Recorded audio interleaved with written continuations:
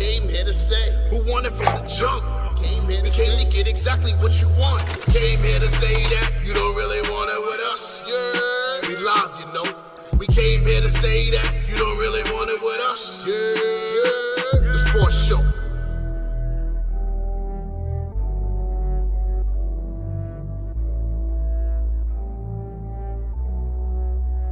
Yerrr. I was waiting Dre on the screen. I was like, yo, I'm not gonna jump him on the Yerrr. Y'all know I'm in the street. Thank you, Tay, for doing the Yerrr. I appreciate it. What's going on, You ladies and are the gentlemen? opening Yerrr. Even when I'm hosting the show, you're the opening Yerrr. If I wasn't here, who was going to do the opening Yerrr? That's different. You weren't here. That's different. Me and Taylor figured it out. But you here. Ladies and gentlemen, welcome to episode 171 of the Yerrr Sports Show. I am, unbeknownst to Matt, the White Jesus. No, I'm just kidding. Why are we choosing violence? Yo, what is going on? No, I'm just kidding. The resident professor, the one, the only, Pete Rosado. But as always, we are joined on the top where she belongs, to my left on the screen, but occupying the light on the right in your hearts at all times, the Queen, 100K Tay, and on the bottom, because as he said, he is in and for the streets. It is the one, the only, the wise brother, aka Big Baby. Oh, I know how to fix this. Know how to fix this. Yeah, know how to fix that real quick. Talk about I'm from the street. Yeah, just because I'm in the street don't mean my powers don't work. I mean, he gave me a really good intro, so I ain't. He sure did. No. That was a great intro you gave the Queen. That was a great intro you gave the Queen. For me, not so much. I know when my bread is buttered. No, I'm just kidding. Yeah. Listen, I missed our last episode. I have been incredibly, each and every way with getting nitty. I didn't realize there was this many things I had to do and appointments I had to keep and all this stuff I had to add to the calendar and getting ready for a wedding. I've had to do a cake tasting. I've got a food tasting. I've got two soup. I had to look at swatches. I only thought you did that when you were painting a house. I had to look at swatches. And I just want to say, Tay, I think I speak for all men out there. What the fuck is the difference between pumpkin and orange? It's just orange. No, it's a difference. It's a different hue. It hits different in the sun. No, okay. See, I was just like, I got shown colors. I was like, that's blue. And they were like, well, it's not blue. I was like, that's blue. And then apparently I don't know the difference between blue and black. I'm like, that's blue. They're like, that's black. I'm like, no, that's blue. It's a hue. It's a hue. Listen, my colors work like Windows 95. Okay, if it's purple, it's purple, and I don't know what mauve is. But let us say congratulations to you guys again. I received a beautiful wedding invitation in the mail to the kingdom. I didn't get my invitation. You know you got an invitation, Dre. Don't even say no. Happy belated birthday. Happy belated birthday to the missus. I wish her a happy birthday on her birthday. But happy birthday to Pete's future wife. Sag gang. You know how many Sagittariuses I am surrounded with? But you are a fire sign as well. I'm an Aries, yes. Yeah, so that's why you get along so well, because you're an Aries, she's a Sag. That happens. Now, I know nothing about horoscopes in this degree, but apparently she says there's a difference between November Sages and December Sages, because she's a December Sag. But it's her best friend, my best friend, and my best man, my best man's wife, who's also a good friend of mine, are all Sagittariuses, as well as her best friend's daughter. I'm just like, listen, I need y'all to stop all being born at the same time. My wallet can't handle this. I've got her birthday, my best friend's birthday. Christmas is 10 days later. Her mother's birthday is New Year's Eve. I'm like, listen, I don't have the wallet for this. I need Tay's bankroll for something like this.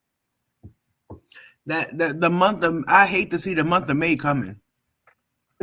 Listen, it's gonna be a lot. Tay, question, because I got this real before we get into our topics of the day. I got this comment about our save the date. Someone said it looked like it was straight out of an Essence magazine. Sure does. It's talking about like top 10 tips for interracial romance. Yo, it sure did. It sure did. Top 10 pick. It was like how to keep your interracial romance alive. And it looks like you guys are leading, like you're leading her, she's leading you. You guys are going to hell. You guys are coming back to heaven. I'm like, I loved it. I mean, I fucked with it. You guys are a really photogenic couple. You guys, it was a beautiful wedding invitation, and it joined the rest of my wedding invitations on my fridge. So I see your face every fucking day. I can say just as much as I've learned about the Queen, the fact that my face is on her fridge every day already meets the quota for the amount of light-skinned motherfuckers in her house. Hey, I'm very inexperienced at this wedding invite thing. So the save the date and the wedding invitation the same thing? No, two separate things. Two separate things. So boom, I ain't get my wedding invitation. I got the same date. Motherfucker, I ain't get mine. The wedding. Okay, so look, just a little wedding. I was making sure. I thought I was 101 for dummies. Okay, I'll be the dummy this time. The save the date goes out about 6 months before the wedding. Pete is a teacher. Apparently, he likes to plan ahead because the save the date normally comes 6 months. Okay. Boom. It's about 6 months. And the wedding invitation comes about 3 months so that you can have your RSVP in at least 6 weeks, the maximum, before the wedding, because you have to choose food. They're going to have a buffet. You ain't having no buffet at my motherfucking wedding. You going to get this chicken, you going to get this fish, or you going to get this steak, or you going to get the vegan option. Other than that, I don't know what to tell you. Go eat at McDonald's. Well, I would say, so, Tay is right. And I will say, I'm going to give a lot of credit where credit is due. It is not me. From the moment we picked the venue and we picked the date, Shanice has been trying to plan this wedding as if it was happening tomorrow. Yeah. When I tell you, women have been planning their weddings for their whole life. Yeah, when I tell you that within 3 weeks, we had booked every primary vendor already, and I was just like, wait, what? My head was spinning at the rate at which she was like scheduling meetings and getting stuff set up and things like that. I know we're a little behind schedule. I know the save the dates went out and those got to everybody pretty quickly. I know the invitations were actually supposed to go out, I think, this week, but things got so hectic that they got pushed back. Yeah, I wouldn't send those Christmas weeks. So we're doing invitations in 2 tiers. So we have our first batch of invitations, which is like our diehards must invite, like they need to be there 100%. And then depending on the numbers that we get from that, we will then know what our overflow will look like. So if we will have space, because we have a hard cap on our number that we can invite, we're actually not going over that number because we ain't made of money. Now I have told people I am willing to go over that number, but please understand your envelope must include the cost of your plate as well as the envelope. If you're gonna cause us to go over the number, that's what it's gonna be. The cost of your plate plus the envelope. That is ratchet. Y'all already know. You already know my request. You already knew my request. Right. I ain't got money like that, right? And so I love people, but like, hey, if I gotta stick at 130 and you want to be number 131, cool, love you. Here's the price of your plate. Here's the price it'll cost for me to have to add another person to this. And then, because again, that maitre d' fee, which a lot of people may not know, you don't pay that until your final guest count gets done. And it's usually about a week or two before the wedding. And it's 5%, 7%, whatever, of whatever your final guest count is. So they've given us a number of what that is based on the guests that we told them we would have. If we go over that number, now that fluctuates. So my thing is, you guys gotta under invite. If your cap is 130, only invite 110 with the expectation that 80 to 90 people are gonna confirm. Yeah, and that's what we're doing. So we have our that's why we did the 2 tiers. We have our first tier of people who will be getting invites. Those are like, hey, we cannot do this without you. We need you there. And then once we get, the numbers back on that, and there's going to be a very hard deadline on that. Like, hey, we need an RSVP by this date. Once we get that number, then we know what our gap is. So like if we send out 110 and we only get 90 back, okay, we still got 40 people we can invite. Now we go into that tier two list, and we start sending out invitations from there. Like, hey, we now have room. For example, it's outside of young children in our wedding party, our ring bearers, our junior groomsmen, junior bridesmaids. There's no kids at the wedding. Like I have family who's like single parents who was like, hey, thank you for the save the date, would love to come. Are the kids invited? And I had to tell them straight out, was like, as of right now, no. If we end up having space available after we send out invitations, we are then open to doing that, right? Like if we need to fill seats, we're willing to do that at that point. But in terms of like right now, if we get the 130 and that includes you with no kids, there are no kids invited.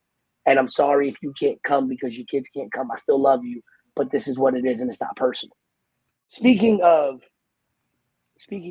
weddings, let's go right into the NBA and the coronation of the second ever NBA Cup champions, the Milwaukee That was a waste of time.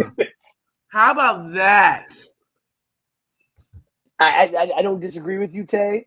We will talk more about that as we go through this topic. But is this a turning of the corner for the Bucks this season? Is this going to be something that spurs them on to becoming that dominant Bucks team that many people expect them to be? Are we taking another look at this Doc Rivers-led team as a legitimate NBA contender after winning the NBA Cup?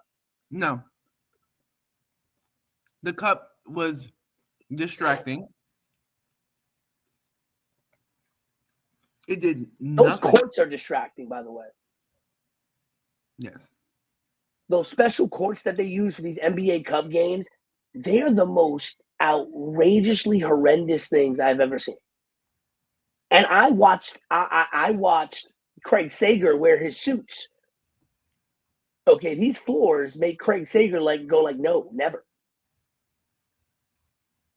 Okay, this is my take, and I think we spoke about this briefly, right? But now that it's over, the timing was off. It should have been done on Christmas week. The finale should have been done on Christmas week because they are competing with the NFL, who's going to have Beyonce as part of a concert, right? Am I hearing correctly? So in order for them to compete, you should have something. Yeah, the marquee games make sense or whatever, but this would have been better. And something in Vegas. People are not going to go to Vegas the week before Christmas. Did anybody see how empty the stands were, or was it just me? No, you're right. And you had quality teams, but you didn't have marquee teams, must-see teams. No one is going to go to Vegas to see the Bucks. Well, they might go to see Giannis. Maybe if it was 2019. I think the NBA though is trying to create this parity, right? Like this whole idea of like anybody can beat anybody on every given day. This isn't a 7-game series. This is a tournament. Knock 'em, rock 'em, sock 'em, robots. You're in, you're out. I think for me, what's really tough about this NBA Cup and the setup is just the confusingness of the scheduling, like you said. But I think so much the scheduling of the tournament itself, like. They'll play a week worth of regular games, then all of a sudden they're playing random NBA Cup games, and then it makes no sense to me. I'm like, oh, hold on. If you get knocked out and you don't make it, does a game you play later on in your schedule now change? Like, do you now? Right. It was not planned. It was not planned. To me, it was not planned properly. So I feel like there should be. I feel like this should be something like a World Baseball Classic kind of thing, where it's done preseason or it's done as an extra addition to the season, or even better yet, and we're going to get a little bit more into this. They were talking about different ways to change All-Star Weekend, and we'll talk about the changes they did make. But the NBA Cup could have been your All-Star thing, right? You could have done a tournament over All-Star Week. Like, no longer make it a weekend.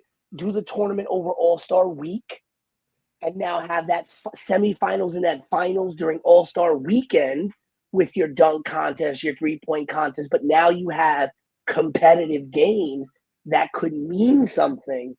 And, I think those could have been things. It's very confusing to me. I've never been able to keep track of it. I think the way that they're marketing it is kind of like, eh. And, like you said, we saw the Lakers win last year. And then everyone made this whole thing about LeBron won the first one. And now we see the Bucks win this year. But to me, it's almost like the Pro Bowl. It doesn't mean anything. Okay, you get an extra bonus in your check. Congratulations. Why do I care about that? I ain't getting money out of it. Unless I'm betting on DraftKings or FanDuel or whatever. Which people I ain't are, getting no money.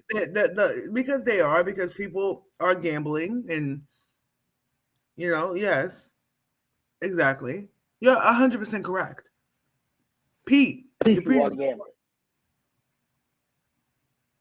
preaching to the choir. Yeah. Speaking of this new...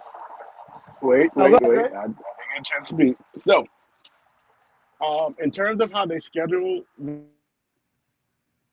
they basically black out 2 extra weeks in the season, which is why the season seems extended. So if those teams don't make it, they're just off, right? They're just not playing. Which is why if anybody is playing fantasy, this is how I realize it. If you're playing fantasy and you see your team not playing for a week, more than likely it's because they got eliminated from the cup or they weren't in the cup. So that's towards the end of the week. Now, I do understand. I did agree last week also with Che about it should probably end on Christmas. And now with the addition of Beyonce and now Mariah Carey both doing whatever they're going to be doing the same day as the Christmas games, yeah, it should have been planned a little bit better. But also, the NFL marketing was pretty smart by not saying anything until the NBA put their games out on Christmas. In terms of the games not meaning anything, I agree they don't mean anything, but I also feel like with this being this, I also feel like it's the fault of the large market teams for losing. If y'all suck, if y'all suck and not making it to the championship, like a Boston, like people would have traveled to see Boston win the NBA Cup after they just won the championship earlier in the year. People would have traveled to see the Knicks if the Knicks ain't blow it to the Hawks. The Lakers reverting back to what they've been reverting to, playing as the last couple of years. So the reason why the NBA Cup don't really mean nothing, especially more so this year, is that the large market teams were just not good. And if they're not good, nobody's gonna watch. Nobody's going to damn Vegas for it. Like Tay said, nobody's going to the Bucks and the OKC, no matter how good both teams are. So, but it's the week before Christmas. Yeah. But I think if it meant something. I bet you if the Knicks was there, New York would have been going crazy. New York would have been all up in Vegas the week before Christmas or not. But here's my question, though. If it meant something, so what you're talking about the large market teams, if the NBA Cup meant something, like if it said, the team that wins the NBA Cup will get an extra first-round pick in next year's draft. Like, beyond your own pick, we will actually put in another ball into the bucket, whatever, and you could actually get a second pick in the first round. Right, so now, like, hey, you could have been in the playoffs, and now all of a sudden you get the 4th pick in the draft because you had an extra ball in the bucket because you won the NBA Cup. Maybe if they said something, I know they can't really, you can't really make any kind of like postseason implications because a team could win the NBA Cup that doesn't make the postseason. But Mhm. if it meant something to the teams and to their overall future, I think you would see a lot of teams play harder. It would matter more to them, and you might see some of these big market teams playing for something. Other it's just okay. You get an extra whatever amount of money in your check. Listen, the amount of money they're getting for winning the NBA Cup is a drop in the bucket to most of the salaries on these big market teams anyway. So what are we really playing for? I'd rather lose and get the week off and go enjoy myself. Go to St. Bart, go to St. wherever, go here, go there, and not have to play basketball for a week. I get But if that. you told I'm But sorry if to you cut you told off. me all of a sudden, yo, you get an extra first round pick, I don't care what team you are, whether you're a lottery team or the team that wins the championship, you have a chance to now put another ball in that bucket and probably give yourself a better chance of getting a pick that you normally would not have had or moving higher, which now Mhm. could help you with trades and draft position and all this stuff. Now that means something. Every single team's got something to play for in a situation like that. I understand that makes tons of sense. But we're also judging something that's only been around for 2 years because the All Star Game's been around for as long as the NBA's been around, and we're still trying to figure out why that game is not as important as it should be. Why we're still Because there's doing no All Star Games. superstars. Right? So, It so goes Because back I, to my the point superstars from stop last playing. time. it does go Speaking back to about what you said. There's no superstars, but I think with the NBA, the thing about the NBA Cup is, like I said, it's growing, and if it doesn't work, yeah, cool, exit. I'm cool with that. But I think for a project that's 2 years in, after the first year it was really confused. It was confusing even to the NBA players. This year the NBA players got it. It's still confusing the fans, but they're figuring it out. By next year, if the ratings and the numbers do not match what they're expecting it to match, exit out, go back to the drawing board, do something else. But I do agree. If it should mean something, there should be some type of implications. The problem is like the NBA's set of rules compared to like maybe baseball, right? Where baseball is like, well, if you win the All Star game, the conference that wins gets home field advantage. You can do that, but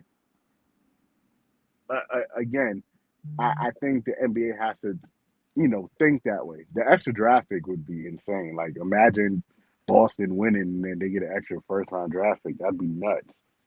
but I think that actually is really because it makes it tangible and it gives every team an equal ground to play for. Because again, whether you're a lottery team, now imagine if you're a lottery team that has the worst record and now you have a chance to possibly get the first pick and the second pick in the draft. Like immediately you go from lottery team to contender almost. Or now you are a team that wins the NBA championship, which usually means you're getting a really crappy pick in the first round, near the end of the first round. If you want somebody decent, you probably got to trade up.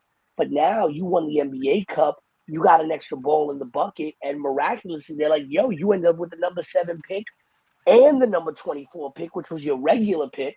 But now you got the number 7 pick as well.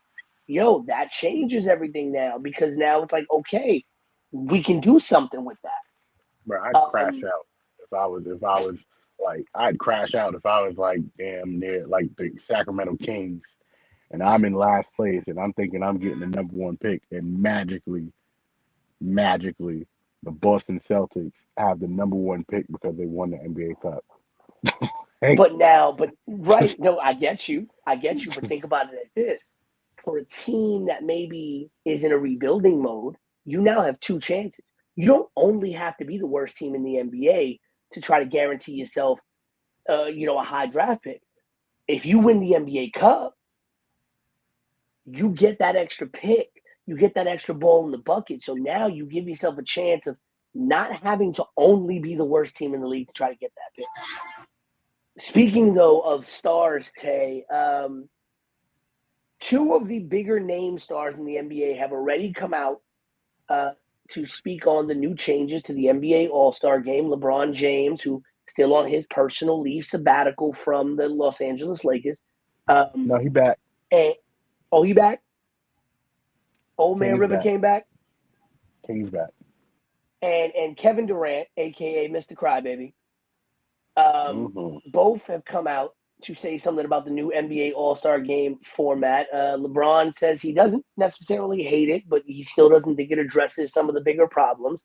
Kevin Durant, seconds after it was announced, came on Twitter, X, whatever you want to call it, probably was on Blue Sky too, talking about how much he hated it. But let's quickly go through it for those of you who did not hear it.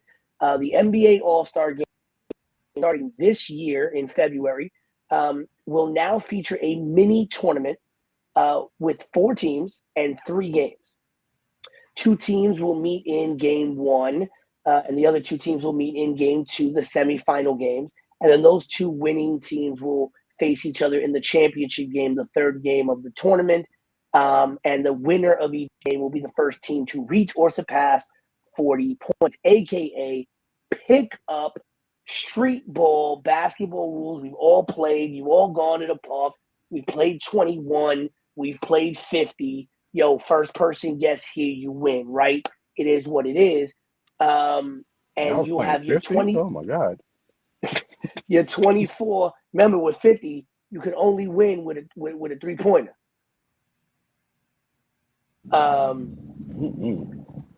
24 All-Star starters will still be picked the same way through fan voting, media voting, league voting. But then those 24 All-Star vote getters will then be separated into 3 teams drafted by Shaquille O'Neal, Charles Barkley, and and Kenny. To represent the 3 teams. And the 4th team will actually be the winner of the Futures game, which features first and second year stars and G League stars. So that will be the 4th team, which will be led by honorary general manager Candace Parker. I like it. It's new. It's interesting. It's boring. Why is it boring, Tay? I'm just siding with KD. I've just been quiet for so many minutes. I'm sorry, y'all. Go ahead, keep going. I mean, I don't hate it. You just need to yell something real quick. Get some off that spirit. No, listen. I'm not Kevin Durant. I don't hate calling my spirit out. Yeah, because he's Jesus. Remember? He like, go easy, my child. Yo, right. Side note. The conservatives are going crazy with these billboards. Have you guys been seeing these billboards, or is it just me? They had Jesus doing some, hey, the rapture is coming type of pose. I'm going to send it to you. It was come forth, my child. The rapture is coming. I'm like, anyway. Still can't beat Buddy Christ. But every time I'm on one of these streaming apps, I keep seeing the Jesus Saves stuff. I'm just like, yo, how many times am I going to see this on Peacock? Bro? Like, I don't even watch Peacock. I'm watching Law and Order. Next thing I know, Jesus Saves. Apparently. Like, save me. Right. Start the rapture, please. Not while I'm here. I am ready for the rapture. Anyway. I mean, Shanice has said if aliens are really coming by, especially with all these like mysterious drone sightings we're having in New York and New Jersey, she's like, yo, if there's aliens, like, I'm ready. Beam me up. Take me away. Yeah, take me. Country roads, take me home. But just not to West Virginia. I know I'm not from this planet. Dre, what you think? Pick up games at the All-Star game. I don't hate it. I don't hate it either. I really don't.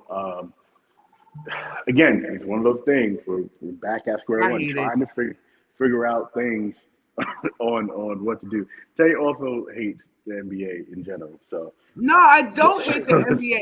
I am a NBA fan. Okay, and she hates Michael Jordan. 100%. But believe it or not, that's a nick to her. Believe it or not, when I watched the Last Dance documentary, I identified as an Aquarian with a lot of the shit he was saying. I took that personal and stuff like that. So to be honest with you, I don't know if it's self-hatred or is it just being a Knicks fan, but I get it. As a Knicks fan, who do you hate more, Tay? Jordan or Reggie? Jordan. Reggie ain't getting up. Reggie got the same amount of rings Ewan has.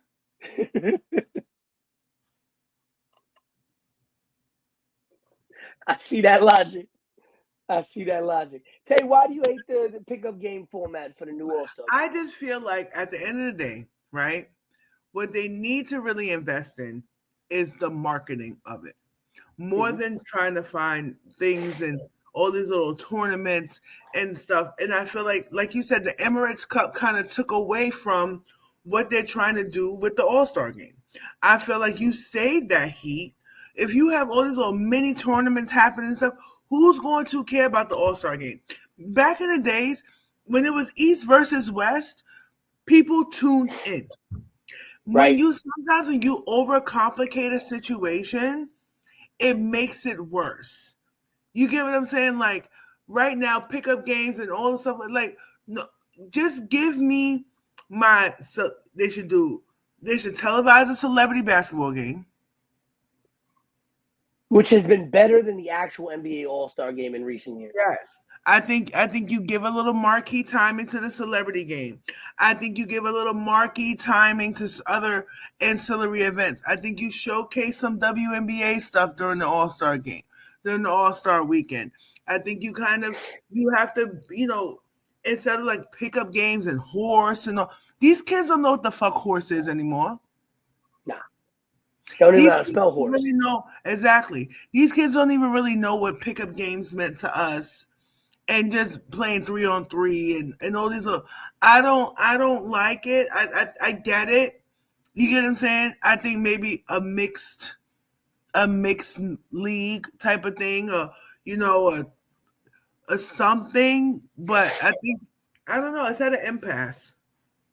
I know what Adam Silver is trying to go for. He wants to make it more competitive because what we've seen over the last couple of years is they treat it like it's a circus game. They treat it like it's their own Harlem Globetrotters game. They're shooting shots from half court just because you got Dame Lillard trying to shoot a shot from the other person's corner three just to see if he could make it. Like, that's not what we're tuning into the All-Star game for. I think also, to your point, Tay, back even in the 90s, I think there was still a separation of the Eastern and Western conferences where they didn't play each other as much.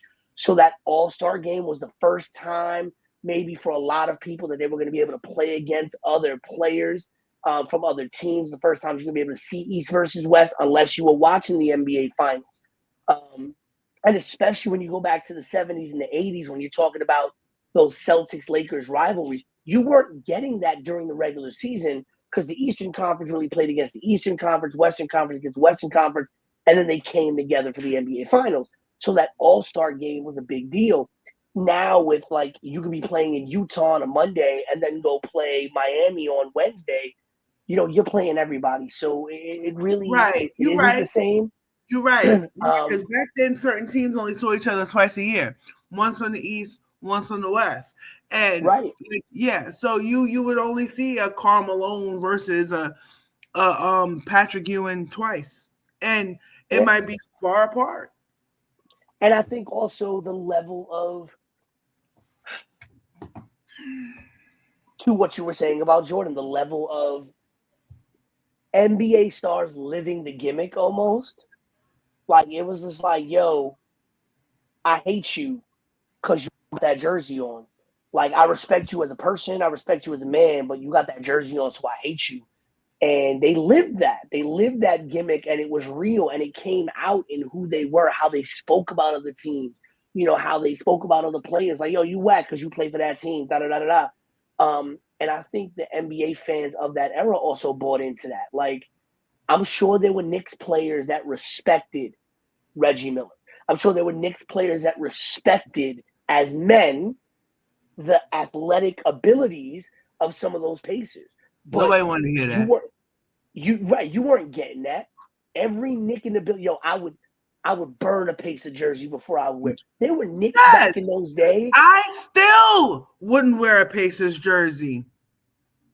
There were Knicks back in that day that they would be like, yo, you can trade me to any team, but I will never be a Pacer. Yeah. Right, because that's they live that. Nowadays, that's everybody's gone. friends. Everybody's right. You see friendly. that it's friendly competition, and we sound bitter. We sound bitter and old, and we sound like we want to choose violence.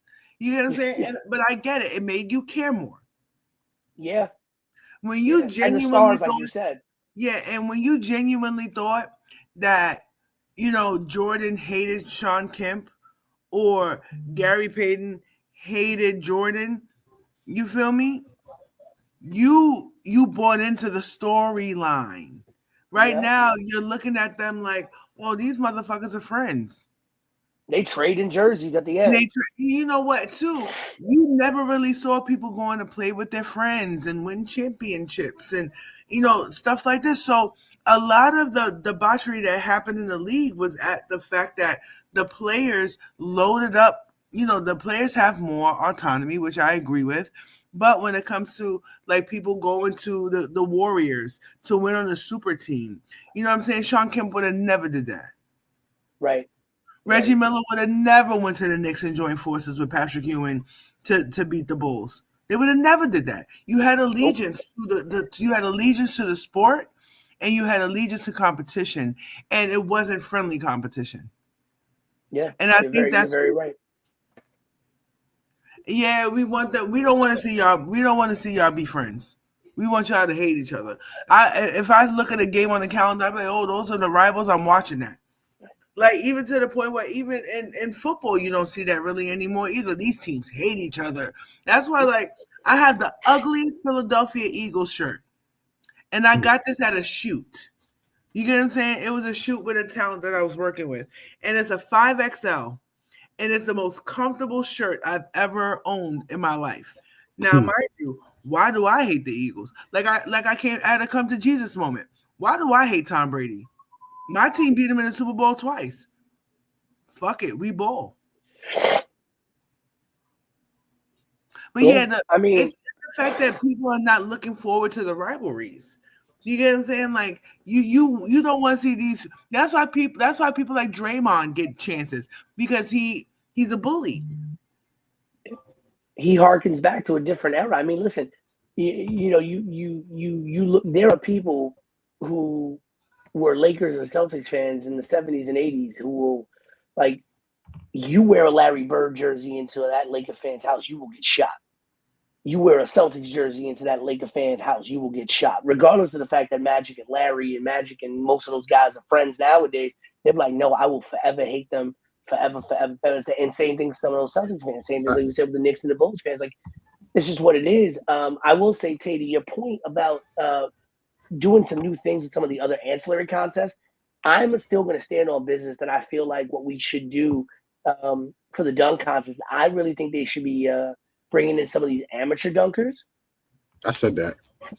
Yeah, they should be bringing in some of these amateur dunkers and then putting them up against NBA dunkers, and let's see who wins. I tell you why they won't do that. Mentored by NBA dunkers. You know what? I'll tell you why they won't do NBA versus amateurs. The same reason why they won't do the American NBA players versus the foreign-born NBA players. Because they don't want to get embarrassed. Exactly.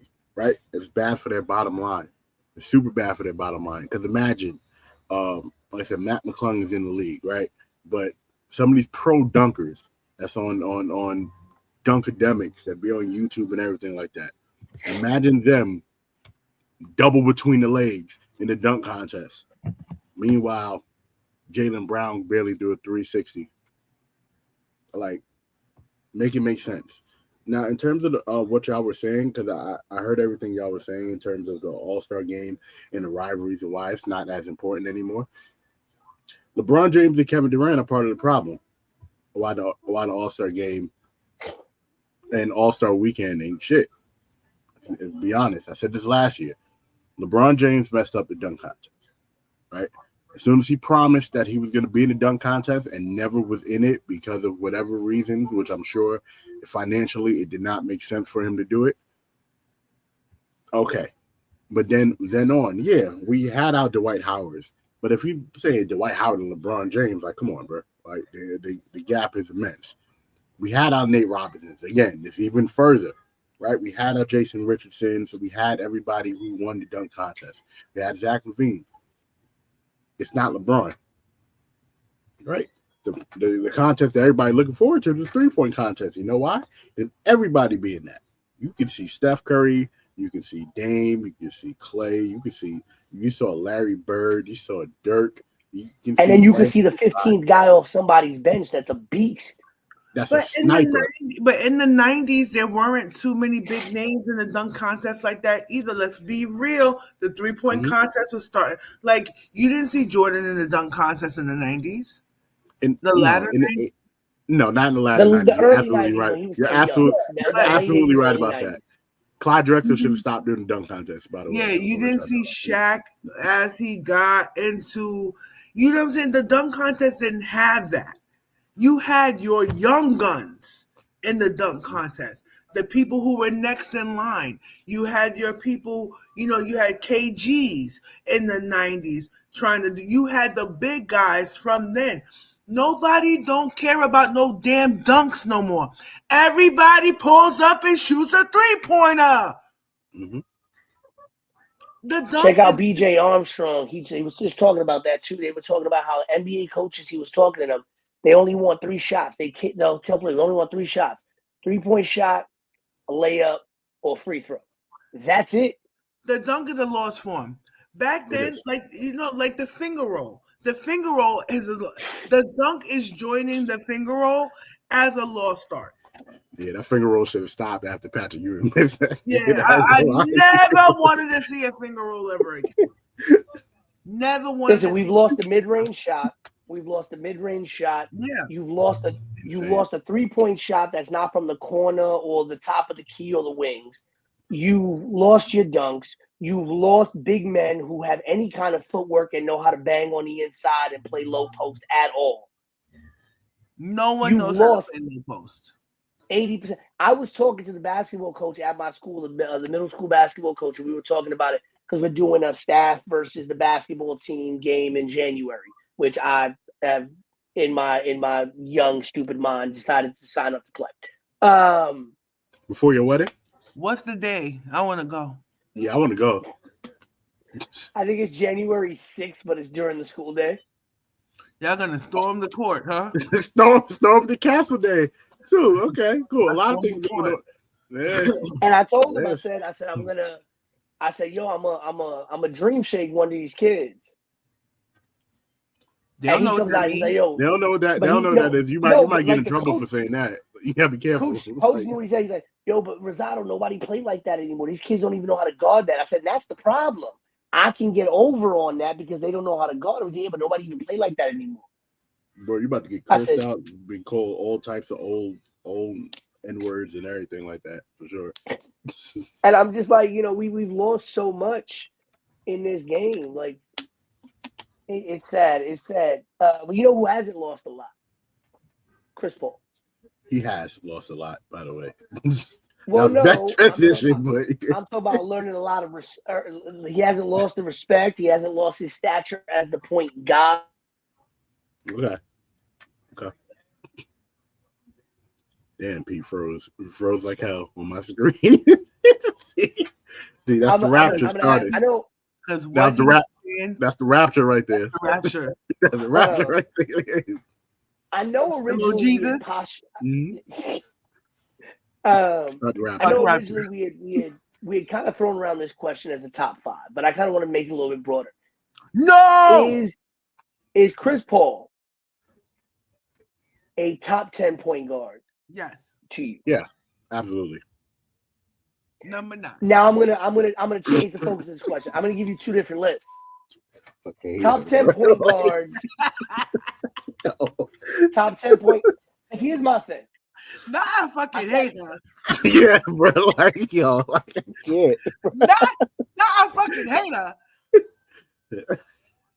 I sat and I thought about this. Love my sister with all my When- heart, but you be killing me, and it be killing me on here. Like, when you be, When- yo, I'm sorry, Peter. I know you're trying to get through, but this is how the show has been like for the last couple weeks.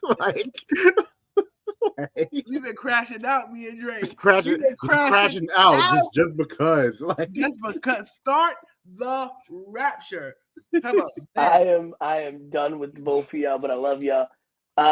We love you too. I've been- have you I've been really- hold on? Have you listened to the last couple shows? No, he obviously has not, because we talked about the Emirates Cup. We talked about your wedding too. We talked about this. Yep. And then before that, on Tea Time, we talked about you and your civil rights movement. Like I a did it. dog. Yeah, we did. I think I'm like halfway through the Tea Time episode Oh, because this I've had to. motherfucker, you must have skimmed because you came up really early. You must have in the skimmed because conversation. we started at the top. I came out hot because I'm like, when Pete get married, he's not gonna come on the show. Like, you can sacrifice an hour and a half every other week. I'm like, I don't know. Do you need me to take wifey out to dinner or something? Maybe I need to do the foreplay or whatever the case may have you. You know what I'm saying? Tease it up and lube it up, because I don't understand. You one motherfucker that always got something to do. If it's not this kid, she been waiting for this. If it's not that kid, it's this. If it's not church, it's leisure. If it's not leisure, it's wrestling. He's God now, but my man's is God now. So church. Yo, if it's not, me and my fiance, we gotta go play footsies at Olive Garden or some fucking shit that you guys gotta fucking do. Give us an hour and a half bi-weekly. That's all we ask for. Yo, let me tell you something. Pete, I'm gonna find you. Like, did you hear what I'm about to do for your motherfucking wedding? I did not. Don't let him listen to it, and then he'll respond. Yeah, finish the Tea Time episode, and then you make sure you text in the chat. Yeah. And send flowers. No, listen. What I'm finna do to show up for you, my brother, you can give me twice a month, an hour and a half. Them diet, and you all have some Diet Cokes too. And you owe me a Diet Pepsi. Diet Pepsi, sorry. I went to your show. I put your show over like crazy on the podcast, and you know I don't talk about that sport. You know what I'm saying? Y'all know I don't talk about that sport. And I went there. There were MAGA hats in the crowd. You know how I feel about that marketing. You get what I'm saying? All I asked for was a Diet Coke. And someone wanted me to pay $7 for a hot dog. Like, well, I will say I did. I had asked them if they had Diet Pepsi. You could have brought it yourself. It's $1. It is $1. Yeah. Do you know that I left there to go to Wendy's and get me a big gulp? Because you had like 20 matches on the card. And by the time it was 9:30. And by the time I got there, only one match was done. While she is being facetious, because it was not one match at 9:30. Why do you guys think I'm being facetious? I only missed one. I got there at 9:30. Like I told you guys I was going to get there at a certain time. It says recording error. It's still recording. Okay. So I get there thinking, you know what? Intermission. I had no seat. I had no lanyard. I had no Diet Coke. You did have a seat. There was actually a seat with your name reserved on it, and we ended up having. Yes. Oh, you ended up having to bump me like you bumping the wedding, right? No. I'm like, did you see how I came dressed? I was dressed very provocatively, walking through the Bronx in the middle of the night. With 9:30. I was 9:30 p.m. Eastern time. It's 2 a.m. in the Bronx. 12 o'clock in the afternoon is 2 a.m. in the Bronx sometimes. No, it's not. Stop. Yeah, it was as dark. It was as dark as the bottom of my ass crack outside. Hey, Tay, to be honest with you, as beautiful a woman you can keep as that you one. are, I like that one. No disrespect. I don't ever want to know what your ass crack looks like. So, but yeah, Y'all hate me. I hate the NBA Cup. I hate the Emirates Cup. I hate the All-Star Game. The slam dunking does not exist anymore, which is sad for me as a child of the 90s who used to go to Battery Park, and it was the only rim that I could dunk on. The little low boys. The little low boys, you know what I'm saying? I believe that basketball is missing the aggression. These people are too busy playing basketball with their friends. Turn this into a freaking YMCA league. You get what I'm saying? I want them to go back to hating each other. On the court only. On the court only. The last great competitor was Kobe Bryant. Yeah. I miss Jerry. Say what you want to say about Kobe Bryant and Paul Pierce. That was the last time I knew two people did not like each other. I mean, Paul Pierce didn't like people on his own team. Right. Kobe Bryant didn't like people on his own team either. No, he did not. He wanted to trade everybody. Mm-hmm. The only person he liked was Paul Gasol. Right. And Lamar sometimes. Yeah, when he wasn't on crack. I knew it. I lobbed that one up too. But I just said whoop, and she said going just using that as a good transition, going back to what we were talking about earlier. I know when Dre put this question in our chat for us to start thinking about this for this episode about Chris Paul being a top 5 point guard, and I started thinking about even top 10. I started to think about it in two different ways. Like I'm thinking, okay, top 10 all time versus top 10 maybe of this generation, right? I can make an argument, yes, that Chris Paul is top 10 of this generation, though his standing in that ranking is dropping a bit because of the point guards that we're seeing come into the league. Mm-hmm. I don't have him top 10 all time. All time, I don't think he cracks the top 10. In my opinion, there's no way he's cracking the top 10 that has players like, to me, Jason Kidd, mm-hmm. Magic, Mm-hmm. Isaiah, yep. Jerry West, Steph, Oscar Robertson. To me, I actually put Steve Nash in the top 10. Stockton will never, that assist and steals record will never be beaten. I think Stockton is most definitely a top 10 point guard all time in the NBA. And then I think you look at players like, a Gary Payton. You look at players like that's where you lost. You lost me. Gary Payton was a good 2 guard to me. He was a decent point guard, but Chris Paul being number 2 all time in assists, you could put Gary Payton in the top 10 and not Chris Paul? But that's the thing. If you take that away? Okay. I'm gonna hit you the same line that Captain America hit Iron Man with in Avengers 1. Take the suit off. What are you? If you take the assists away from Chris Paul, what is he? A point guard. Point guard. Besides being second all time in assists. Okay. You can make He's like case. fifth in steals. He's like 5th in steals. You've got John Stockton, who has the number 1 in assists and steals by a country mile and will never be broken. Never. You've got Steve Nash, in my opinion, 2 MVPs, 8 All-Stars.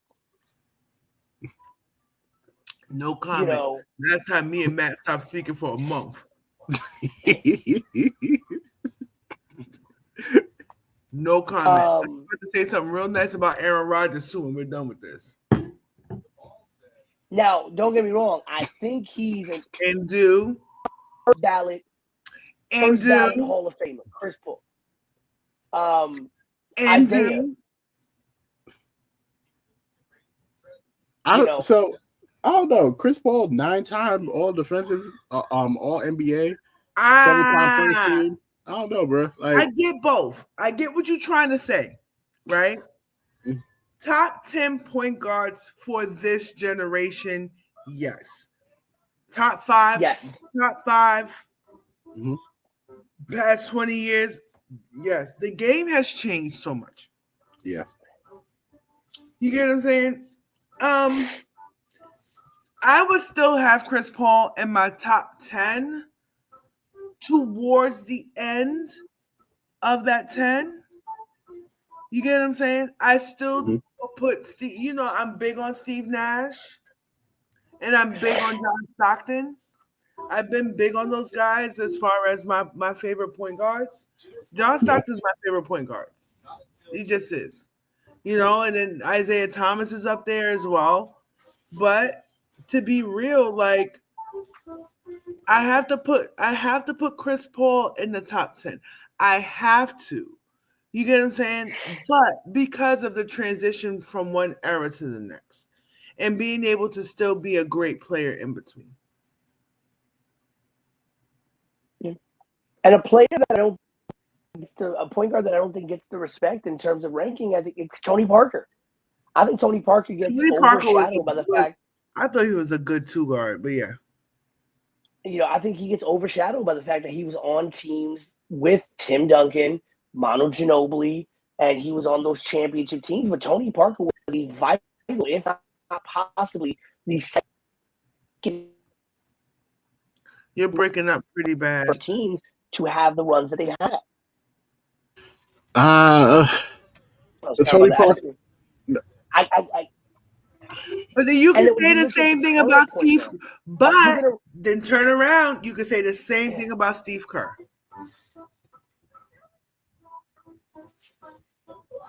For the early Spurs teams?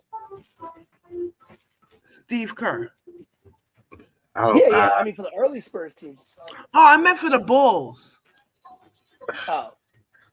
I don't think Kerr played as valuable as a piece of the big three that they had. Back then, it was always a big 2. It's Tony Parker. I put Rodman up there. I don't know, that Tony Parker third piece thing kind of took me for a loop just now, just because in the regular season, no, in the playoffs, yeah, Tony Parker is a whole different person sometimes in the playoffs. But I would, if Chris Paul had Tim Duncan, Manu Ginobili, and the rest of them to fall back on, yeah, I think Chris Paul would have 5 championships too. I think Chris Paul would be, if Chris Paul had the same luck that Tony Parker had, Chris Paul would probably be number 2 or 3 point guards all time. If you kept Chris Paul in his same numbers and just gave him those 3 chips, yeah, Chris Paul probably 3rd best point guard ever. I could see that, but again, I mean, you've seen great. I mean, Chauncey took a team of mid-level guys and elevated them to a championship. Jason Kidd took teams that sometimes had no business playing against certain championships and took them there. And Jason Kidd, I don't think gets the respect that he deserves, even sometimes in rankings. And again, I think when you're looking of current point guards, it's tough because when you don't look at Chris Paul for the totality of his statistics, I can't rank him ahead of Luka. I can't, like, current day. Like, if you're talking like the last 10 years, I would say what Luka has done. Then you have competition you have obviously Steph. You have competition from guys like Kyrie Irving, which I know Matt's gonna be surprised that I said that. You have competition from guys like Russell Westbrook, Dame Lillard.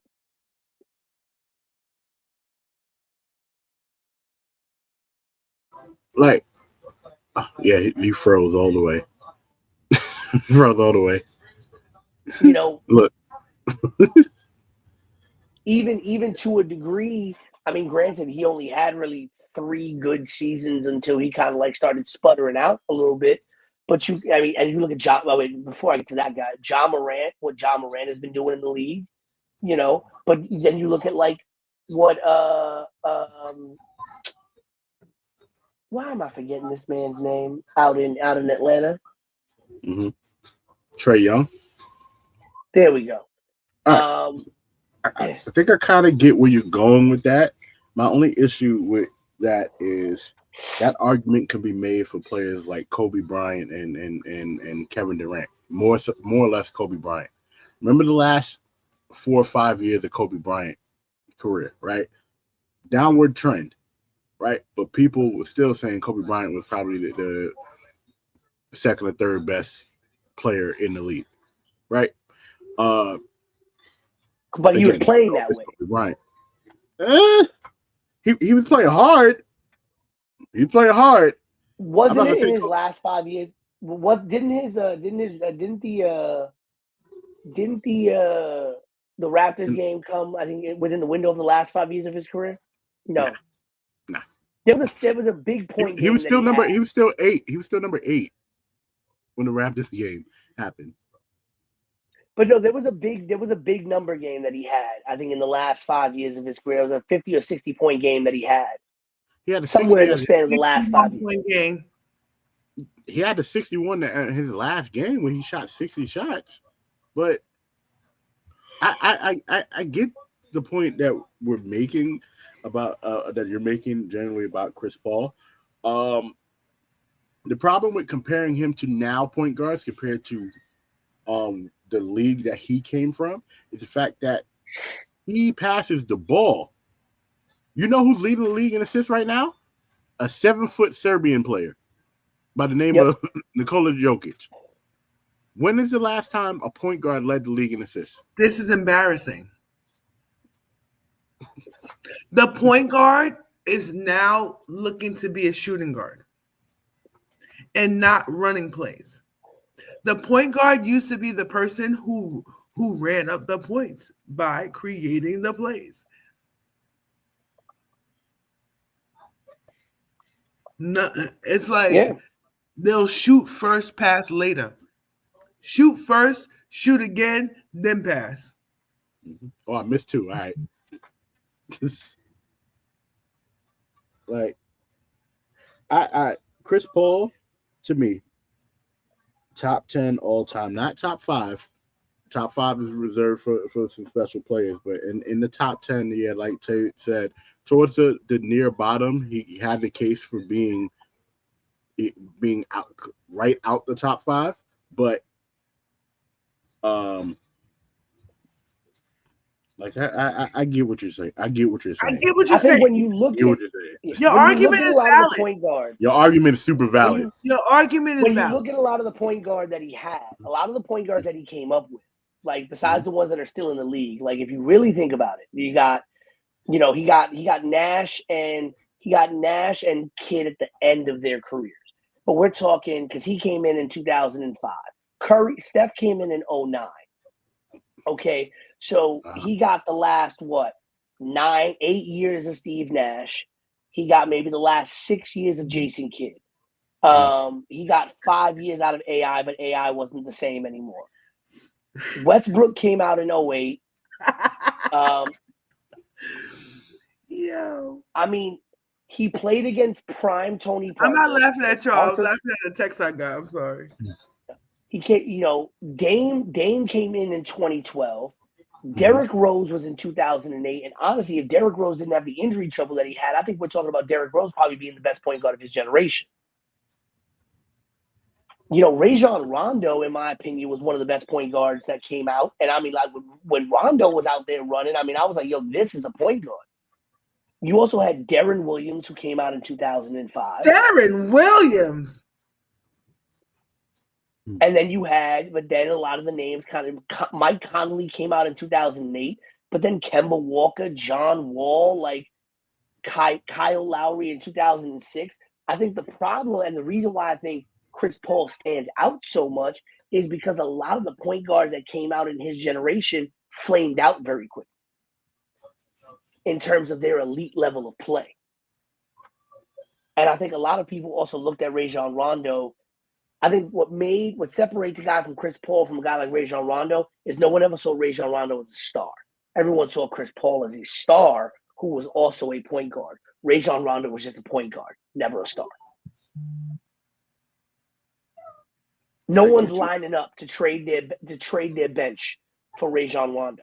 But if you would ask teams in 2010 to trade for Chris Paul, people would have given you half the team. That's true. That is true. You know, from one MVP, well, now one MVP level player to an actual MVP. Patrick Mahomes having some injury troubles, getting towards the end of the season. Mm-hmm. Should the Chiefs think of resting Patrick Mahomes possibly for the final 2 or 3 weeks of the regular season? Tom Brady didn't rest. Oh, not the Tom Brady didn't rest. She went there, Dre. Wait, listen, I don't care. I like Tom Brady, but we beat him twice. TB12, baby. TB12, the GOAT. Once again, while Peter is here, again, that last championship that he won is Peter's fault. Just again, for everybody who didn't know, whoever thought Tom Brady you won. went on a fucking show. You went on a rant and you turned up, and I think Tom Brady heard it and took it personal. So that would remember, for everybody who was rooting against Tom Brady, you know, the professor, the voice of a generation. I'll never forget it. His fault. That changed the whole trajectory of the playoffs because I hate his kids. You hated everybody. Yeah, you wild out. He heard the kids part. You know how you feel about his kids. So I made crashing out popular on this show. Oh no, they was crashing out. Thing one and the other one was crashing out way before. Oh baby, it used to. That's how we knew you were a good fit because you wasn't the crash out. No, right. We needed some balance because Dre didn't really crash out at all. Yeah. You know, me and Matt had full on band breakups on here saying we was never gonna talk again. Fuck that shit. You know, one thing I love about us though is we never called each other names. Right. You know, we cursed each other out like what the fuck and all the stuff like that. But what you think? Yo, it was crazy. It was crazy. I thought me and Matt was never gonna talk.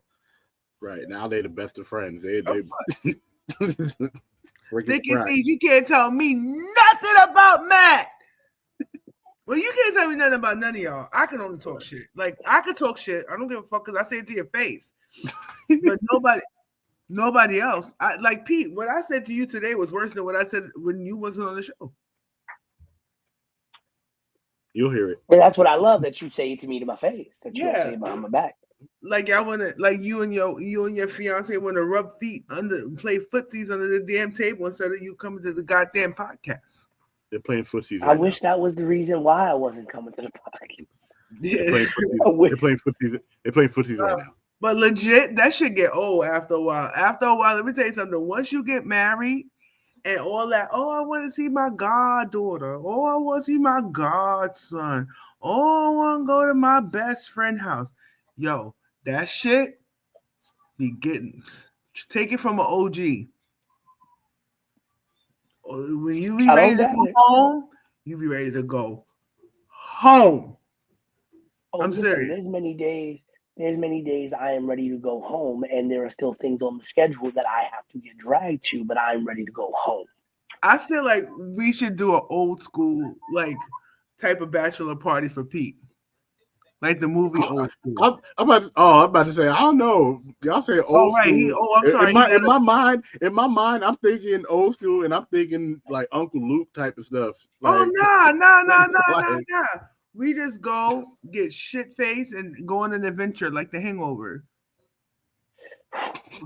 Jesus Christ, that would be fun. I think I can get a camera crew for that. I just don't want Mike Tyson. I don't want the Mike Tyson tattoo. No, of course not. No, or a hooker. No, absolutely not. No, we're not trying to have you get murdered before. No, don't worry. It'll be Rapture approved. As far as the original question, no. It'll be Jesus Christ endorsed. I'll even Come say a with little y'all. prayer before the debauchery. You'll say a little prayer. I'll wear a whole suit and everything. As far as your original question, Pete, no. If they sit him, it's gonna go. I was about to say a real crazy pun, which I'll probably take out, so I'm gonna say it now. It'll go down further than them people in that damn submarine, that Titanic Take it submarine. out. Keep it in. It'll tank further than that submersive. Hey, I'm done. Yeah, It'll be they just as dangerous as walking on 54th Street in 6th Avenue on a random afternoon when when a there's a random morning. Luigi around. Shouts. Now that one we might have to cut.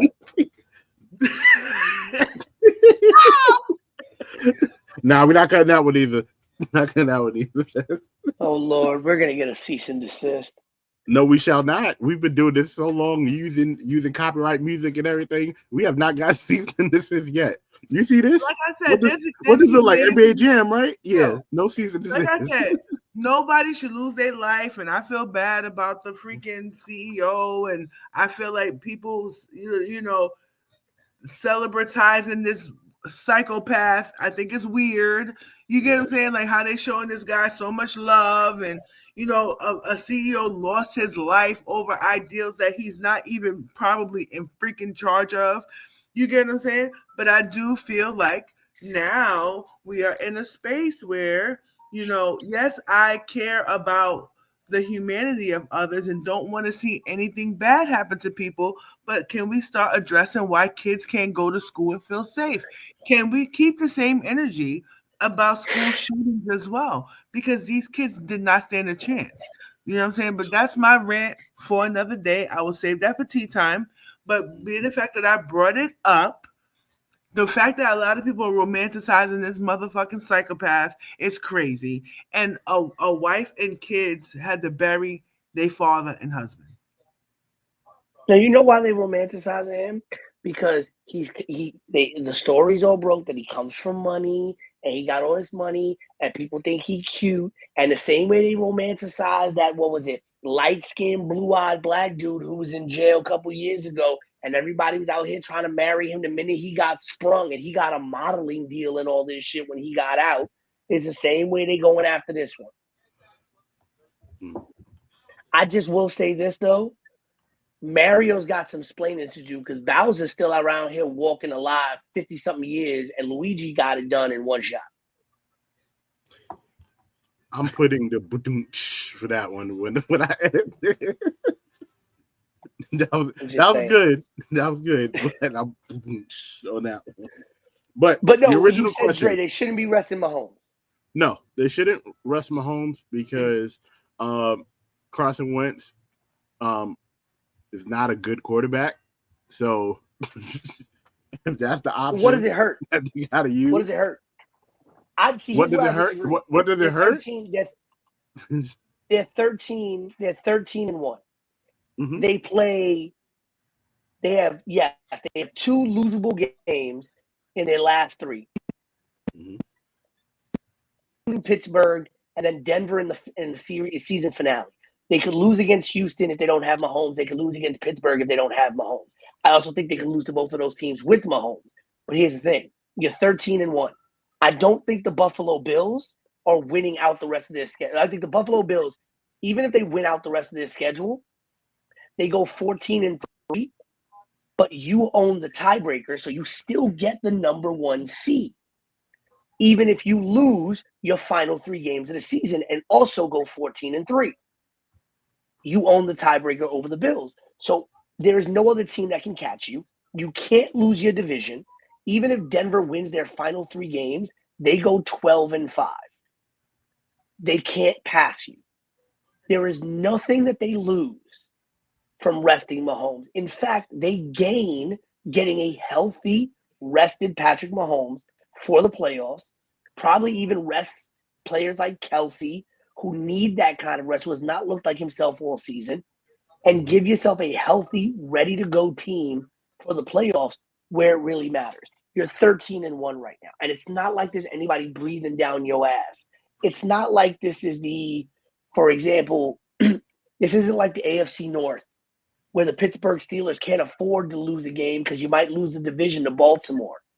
This isn't, the NFC North, where Detroit and Minnesota are tied for first place and Green Bay is still only 2 games behind.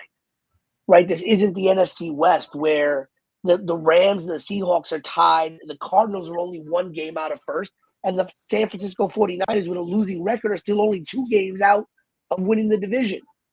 If it was something like that, then yes, I would say don't rest Mahomes. You need all 3 of these games. Take them. But it doesn't hurt you.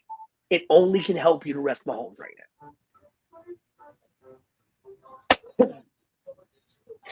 Because if he goes out there and gets hurt, now you're a 14-1 team with no Patrick Mahomes in the playoffs. Not rest him, because if he go out there and get hurt, he's gonna win another Super Bowl.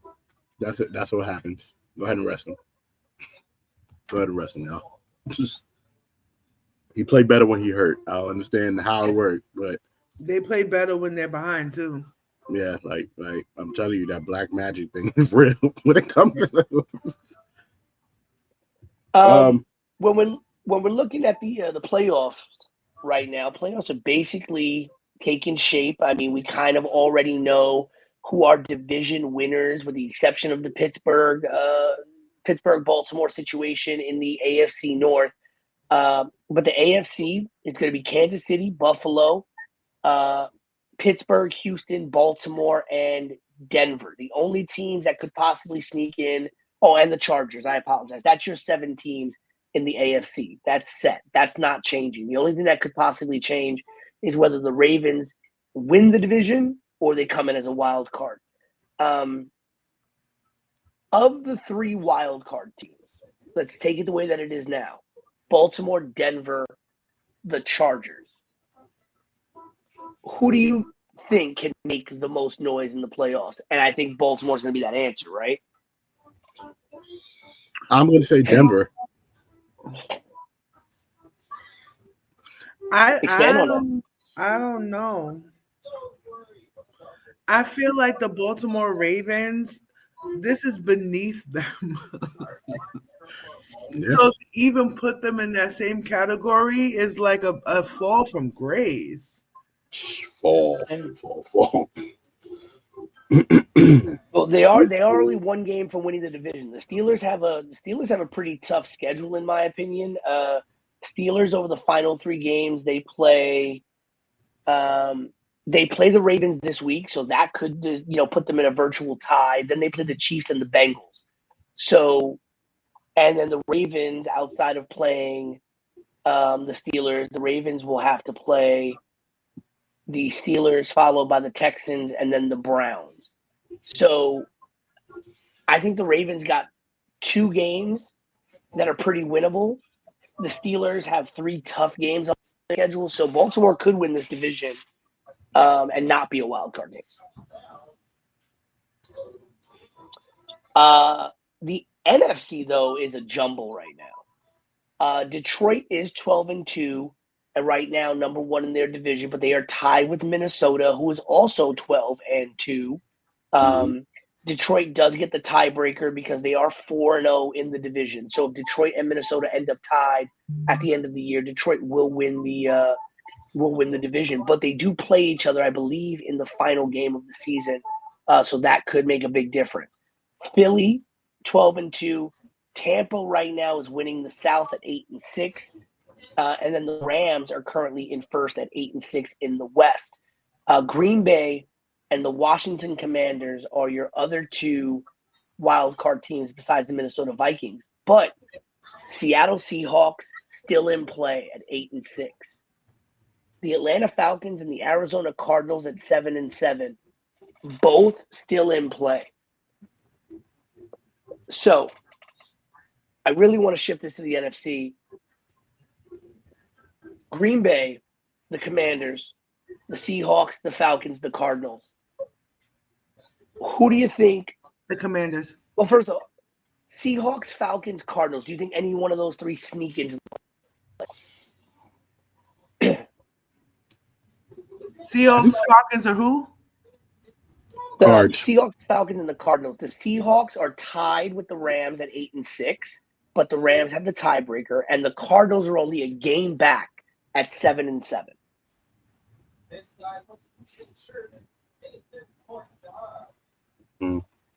Falcons are also a game. The Falcons are also a game behind Tampa Bay. Tampa Bay right now is winning that division at 8-6. The Atlanta Falcons are right now 7-7, and they were winning that division before Kirk Cousins went on his little, mid-November, December slide.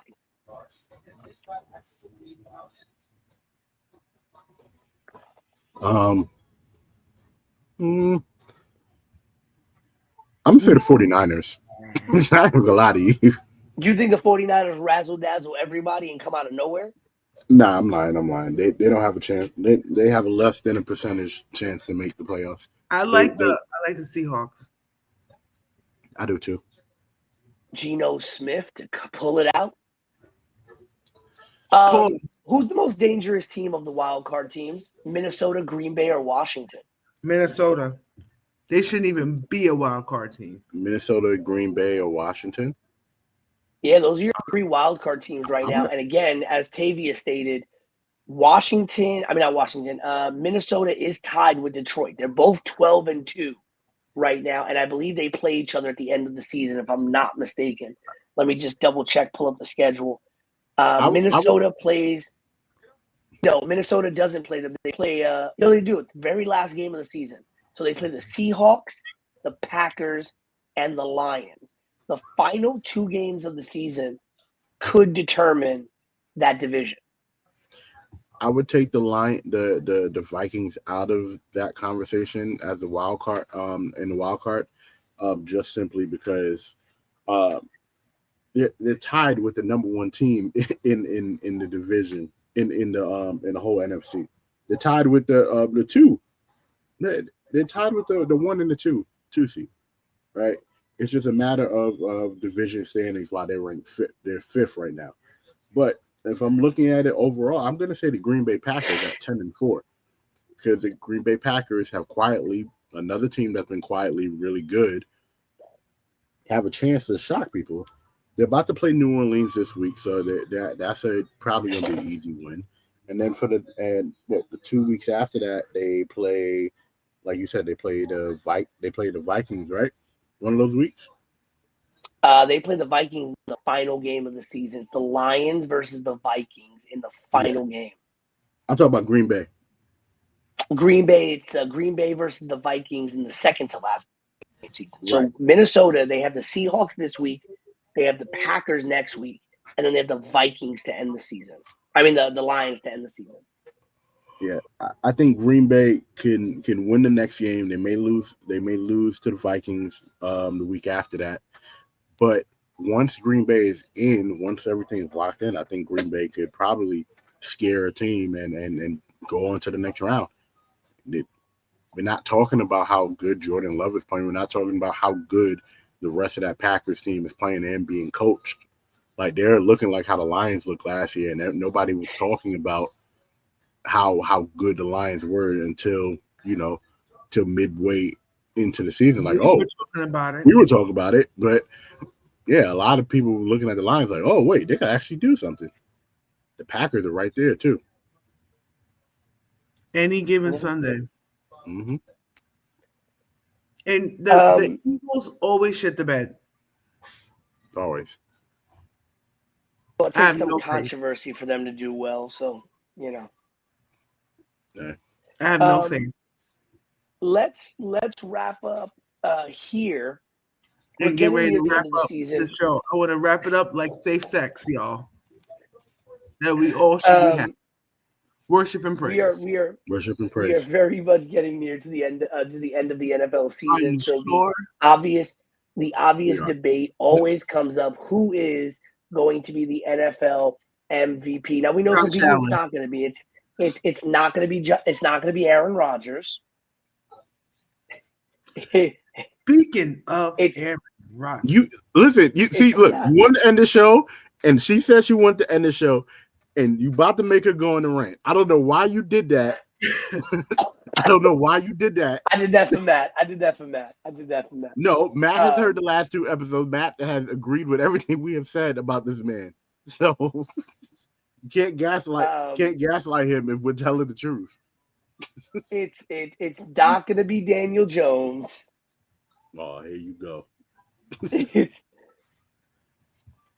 But right now, the top 3 vote getters in this order.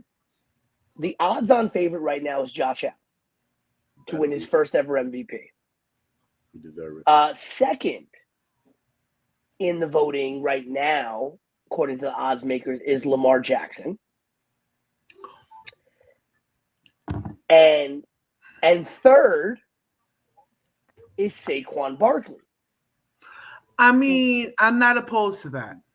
Me neither. Who does have a chance in the final 3 weeks of the season to possibly break the NFL single-season rushing record. Not opposed.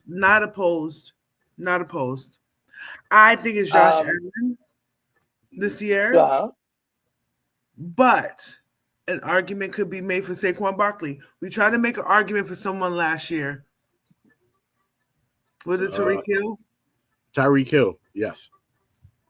One of the other skill positions, it's really rare that one of the skill positions win. I don't like it. Yeah. We got into this whole tangent last year about this, and I'm not doing it. Yeah. It'd be nice if a skill position won it, but my question is, I think Josh Allen's had a great season.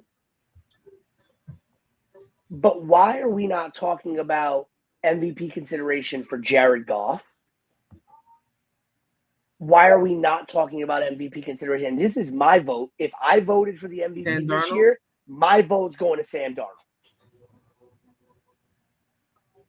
The man has had a career resurgence in Minnesota, has led them to a 12-2 record, fighting for first place in their division. Most improved player. Most improved for sure. I wouldn't even say most improved because this guy was a first-round lottery pick. And he has better stats this year than Josh Allen does. And Josh Allen has better weapons. With the exception of Justin Jefferson in Minnesota, Josh Allen as a team has better weapons than Sam Darnold has. I know, but then when you say the passing part of it, he has better numbers. Yeah, Justin Jefferson makes a whole hell of a lot of difference compared to Josh Allen just throwing it and hoping for the best. I get Josh Allen's Sam Darnold is not a bad yards. It's not bad. Right. Sam Darnold's not a bad pick. He can be fourth, and if he surged up to win it, people would be surprised. But it's not a bad pick. It's not a bad pick. This man was a number 3 pick in the league. Sam Darnold was a number 3 pick in the league. This is a guy who was slotted to be this kind of a quarterback. It's not his fault. He got picked up by the fucking crazy-eyed Adam Gase of the New York Jets who didn't know what the hell was going on, okay, and terrible time over there, and they stunted his growth. But if we're looking at the Jets. The stats here, he's got more passing yards than Josh Allen. He's got more passing touchdowns than Josh Allen. Now, where Josh Allen does beat him is Josh Allen has thrown 25 touchdowns to 5 interceptions. Versus Sam Darnold has thrown 29 touchdowns to 11 interceptions. So he does have a couple more interceptions. But this is a man who has thrown for over 300 yards, if not 400 yards, multiple times this season. This is not a guy who anyone thought was going to do anything for the team. In fact, he wasn't even selected to be the starting quarterback. Remember, this was a team that was going to start J.J. McCarthy, who they actually drafted this year. J.J. McCarthy goes down with a season-ending injury in the preseason, and Sam Darnold steps in, and he has his team at 12-2. Damn, Daniel Jones about to be the third string quarterback. Bro. I just realized that. He about to be the third string in Minnesota. And that's the thing. I mean, I don't understand why Sam Darnold and Jared Goff, who in my opinion are leading 2 of the best teams in the league, are not getting higher consideration. I can tell you why Jared Goff. I can tell you why Jared Goff. Okay, I'll let you get there. I will say this. If it's between the top 3, if it's between Josh Allen, Lamar Jackson, and Saquon Barkley, I also, as Tay said, I'd vote for Saquon. If it was between those 3, I'd vote for Saquon. I'd vote Saquon too, and you know how I feel about Lamar Jackson. And if he Josh breaks Allen, the rushing record and doesn't win the MVP, I feel like that's a travesty. But look at Tyreek Hill had a freaking monster year. He had the damn Dolphins looking like they were Super Bowl contenders. They were looking like Dan Marino was throwing to them, even though he wasn't there. It wasn't him. And Tua, it wasn't Dan Marino, and Tua didn't know where the hell he was. Right. But in terms of Jared Goff, they won a lot of games, right? Lions have won a shit ton of games, and the games that they also won, where they've blown out teams. Yeah, Jared Goff was definitely a part of it. But we also realized that the Lions have probably, if not the number one defense, damn near the number two defense in the league. That has also won them games. Like the defense has won them a lot of games. We sat here and argued that the Lions had games. Me and you sat here and argued that the Lions had games that were closer than they should have been. Jared Goff had a game where he threw for like under 100 yards, and they beat a team by like 300 points. Yeah, that's not Jared Goff. That's not Jared Goff. Actually, they have the 14th ranked. They have the 14th ranked defense, Trey. Yikes! They're not even top 10 in defense. Insane. What are they in offense?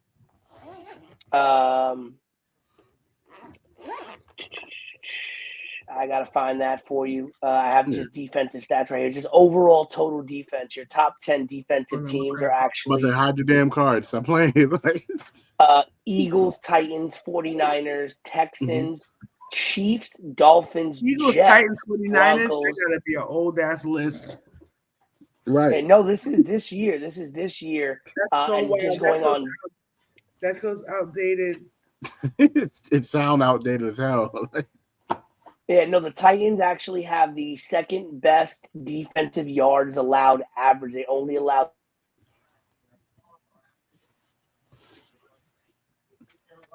Peter been freezing this whole show. That's what I don't. That's what marriage does. I don't understand that. Yeah, I don't understand that. The Lions are the 14th ranked defense. The Vikings are the 13th ranked defense. That doesn't make any sense. Chiefs are the 5th ranked defense. Yeah, I call foul. Yeah, some shenanigans is going crazy right now because ain't no way. Ain't no way. They have the third. That's why they have the third. Ain't no fucking way. They have the third best rushing defense in the league, the Chiefs. They have the third best rushing defense, but they have the 14th best passing defense. So their passing defense is mid at best, but their rushing defense is apparently elite. Regardless, right? Jared Goff has a case for sure, but Jared Goff would, if he has a case to win it, it wouldn't be over those other names. Like it wouldn't. I can't see him winning over. I can't see him winning over Josh Allen. I just think. I think it's more of a resurgence thing. Like Josh Allen is playing the way he's supposed to be playing, which is why they're giving him the MVP. Because Lamar Jackson had the MVP one until they started playing terrible, right? And then the Eagles figured out how to play football, and Saquon should be the MVP favorite. But as far as who's going to win it, again, the answer is probably Josh Allen, but Saquon Barkley should actually win it.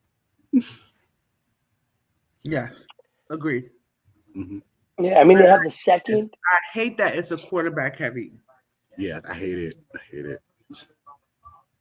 Because he changed the Eagles around. Because the Eagles were looking mediocre at best. Mm-hmm. Look at that doo-doo. And I tell you this, he wouldn't. For every Giant fan who's upset at the fact that the Giants got rid of him, trust and believe this would not have been what you would have gotten out of Saquon with the Giants, because that team was not as good, that offensive line was not as good, and that quarterback is not as good. So Saquon would have been stuffed more times than not at the line of scrimmage. He would not have gotten the long runs that he's getting in Philadelphia.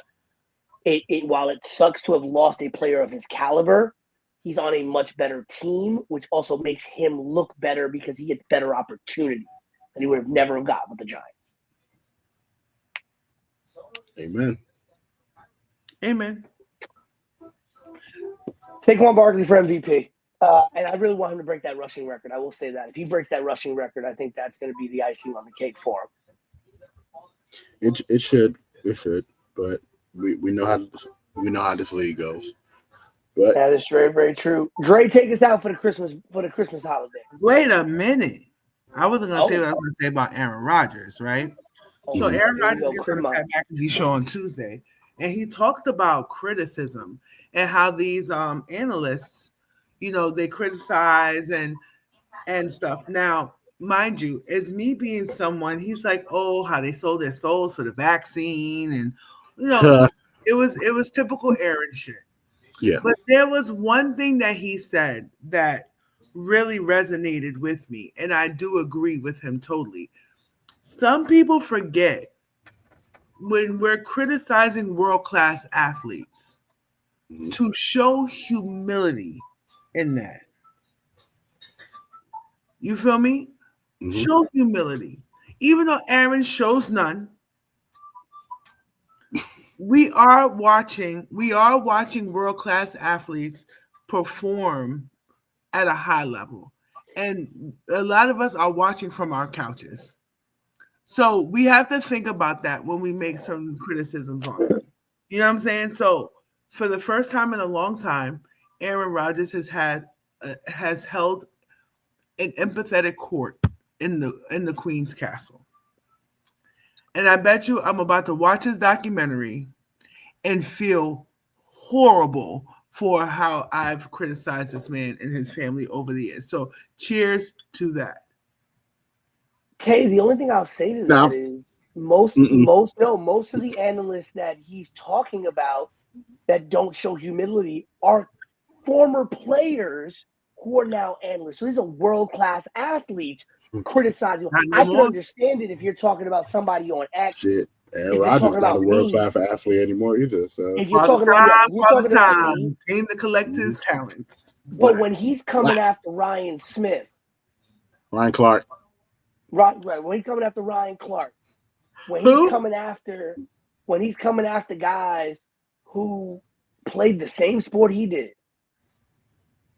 and are just as much as world-class athletes as he is, they have the right to criticize you on a much different level than I can, or a beat writer for a newspaper and stuff like that who's never done it. Listen, this isn't Phil Mushnick who's sitting at his desk in his house with his Pulitzers writing stuff that's pissing people off.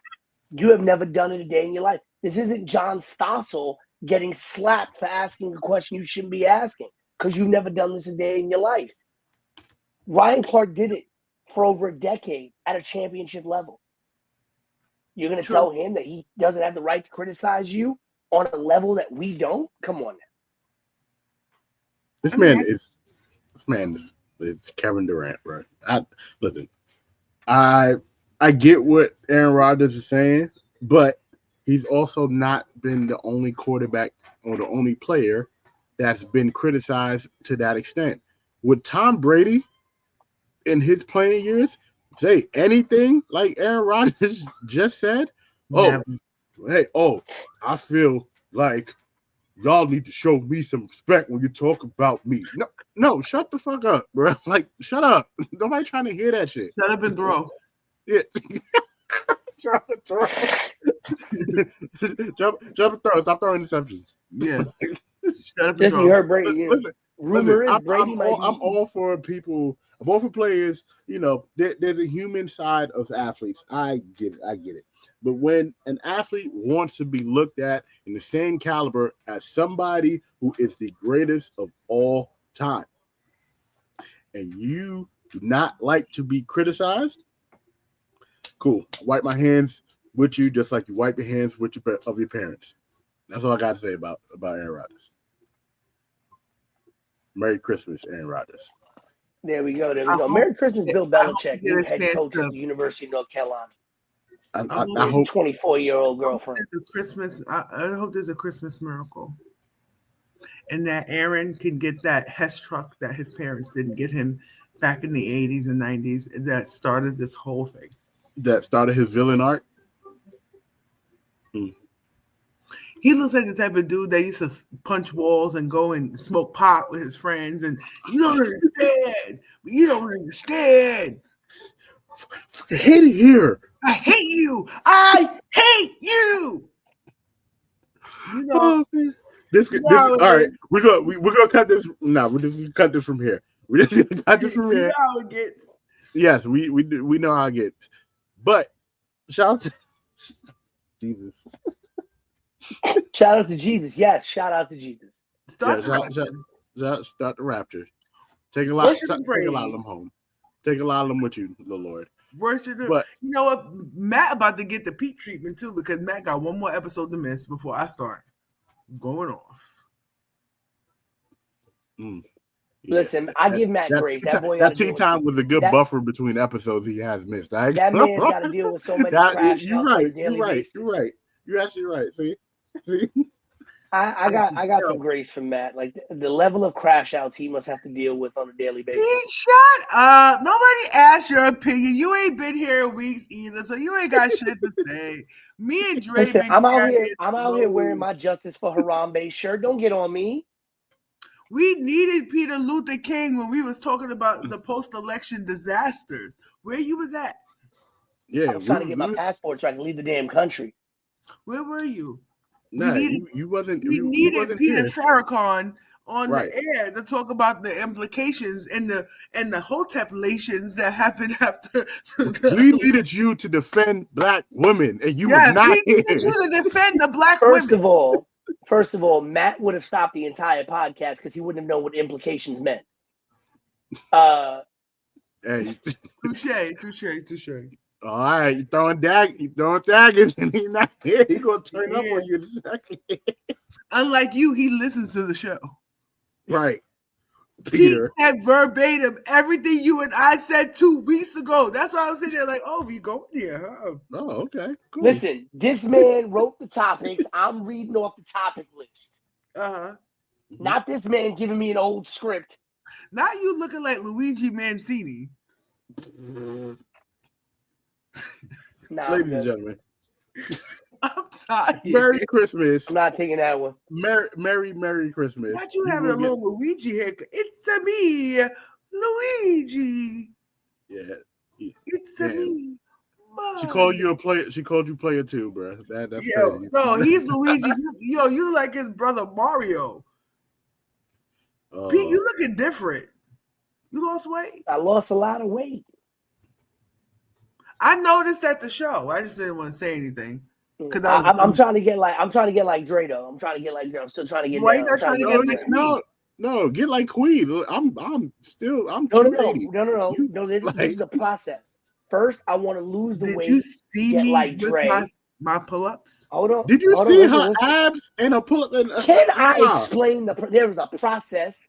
First, I need to lose the weight like Dre. I need to cut like Dre, and then I need to bulk like Tay. But I can't bulk and cut at the same time. You bulk first. I was already bulk. I was bulking up for 3 Subway seats. Bulking and getting fat is 2 motherfucking different things. Because last year, the job was saying your stomach was hanging over your jeans, bro. So I'm proud of you. I'm proud of you. And when I saw the engagement pictures, I was like, well, look at here. It takes a black woman to turn it all around as usual. No, that was due to Ozempic. Really? You took the Ozempic? Yeah. Ozempic. You know. I told everybody I was on the gas. You ain't tell me that. Yeah, that's right. All you had to do was come to Queen University, and Queen would have whipped you into shape in 6 weeks. So listen, I still got 4 months to the wedding, so I can still do it. I lost mad weight. I lost like since we started the show. You see them old episodes? I look like a totally different person.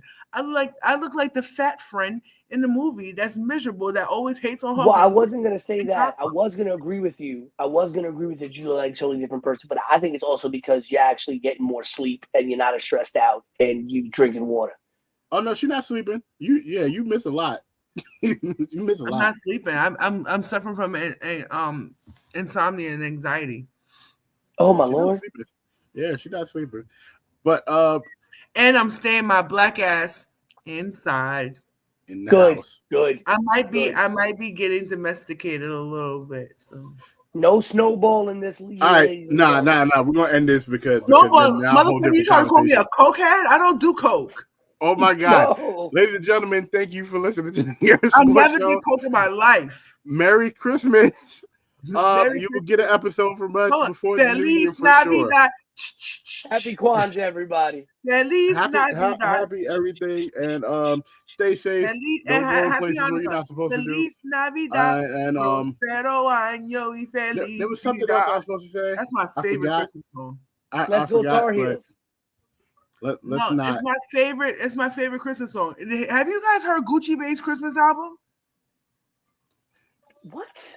For the voice of the generation, through the snow. It's a real thing. We're gonna find it for BK Matt. I just want the I haven't downloaded it. I haven't downloaded it on my phone. For the Queen Tay, it is your boy. Don't speak for me, baby. I'm speak for you. Signing off. Peace.